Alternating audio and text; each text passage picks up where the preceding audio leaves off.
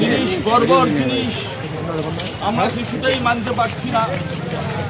তাই আমরা আজকে এই হালিমা খাতুনের দোষীদের যত তাড়াতাড়ি ধরা যায় এবং দৃষ্টান্তমূলক তাদের শাস্তির ব্যবস্থা করা হয়। যেমন এমএলএ সাহেব বলেছিলেন, পুলিশকে নির্দেশ দিয়েছে যে দোষীদের কোনো মতেই ক্ষমা নয়, তাদের এনকাউন্টার করতে হবে, দৃষ্টান্ত স্থাপন করতে হবে ভবিষ্যতে তারা আর কেউ যেন এ ধরনের কাজ করার সাহস না পায়। আমরা তাই প্রতিবাদে সামিল হয়েছি।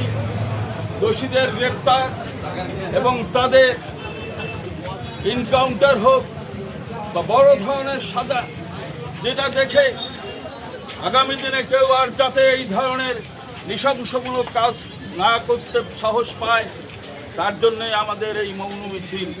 আমরা ওকরাবাড়ি বাজারে আমরা আজকে মৌন মিছিল নিয়ে ঘুরছি, মানুষকে সজাগ করছি এবং ভাই বোনদের কাছে আমাদের অনুরোধ, ভবিষ্যতে এ ধরনের কাজ যেন আর না হয়, তার দিকে আমরা যেমন দৃষ্টি রাখবো।